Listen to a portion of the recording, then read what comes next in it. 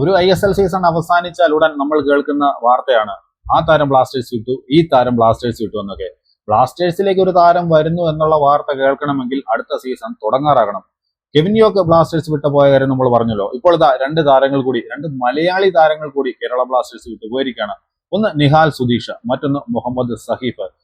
നിഹാൽ സുധീഷിന്റെ കാര്യം പറയുകയാണെങ്കിൽ ബ്ലാസ്റ്റേഴ്സിലൂടെ തന്നെ വളർന്നു വന്ന താരമാണ്. ബ്ലാസ്റ്റേഴ്സ് കണ്ടെത്തിയ താരം ബി ടീമിലൂടെ വന്ന് സീനിയർ ടീമിൽ വന്നു, അധിക സമയം ബെഞ്ചിലായിരുന്നു. പിന്നീട് അദ്ദേഹം പഞ്ചാബിലേക്ക് ലോണിൽ പോയി, അവിടെ അദ്ദേഹത്തിന്റെ തലവര തെളിഞ്ഞു. മികച്ച പ്രകടനമാണ് പഞ്ചാബിനൊപ്പം നിഹാൽ സുധീഷ് പുറത്തെടുത്തത്. അതോടെ ബ്ലാസ്റ്റേഴ്സ് താരത്തെ നിലനിർത്തുമെന്നൊക്കെ തോന്നിച്ചെങ്കിലും കൈവിടുകയായിരുന്നു ബ്ലാസ്റ്റേഴ്സ്. ഒഡീഷ നിഹാലിനെ റാഞ്ചി കൊണ്ടുപോയിരിക്കുകയാണ്. മുഹമ്മദ് സഹീഫ്, നിഹാലിനെ പോലെ ബ്ലാസ്റ്റേഴ്സ് കണ്ടെത്തിയ താരം തന്നെയാണ്. ബ്ലാസ്റ്റേഴ്സിലൂടെ വളർന്നു വന്ന താരമാണ് മുഹമ്മദ് സഹീഫും. ഗോകുലത്തേക്ക് സഹീഫിനെ ലോണിൽ വിട്ടിരുന്നു, അവിടെ നല്ലപോലെ പ്രകടനം കാഴ്ചവെച്ചു.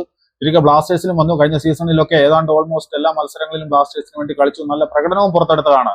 അദ്ദേഹത്തെ ഇപ്പോൾ ചെന്നൈയിൻ FC ആണ് റാഞ്ചിക്കൊണ്ട് പോയിരിക്കുന്നത്. അങ്ങനെ ഓരോരോ താരങ്ങൾ ബ്ലാസ്റ്റേഴ്സ് വിട്ടു പോയിരിക്കുന്നു എന്ന വാർത്തയാണ് നിരന്തരം നമ്മൾ കേട്ടുകൊണ്ടിരിക്കുന്നത്.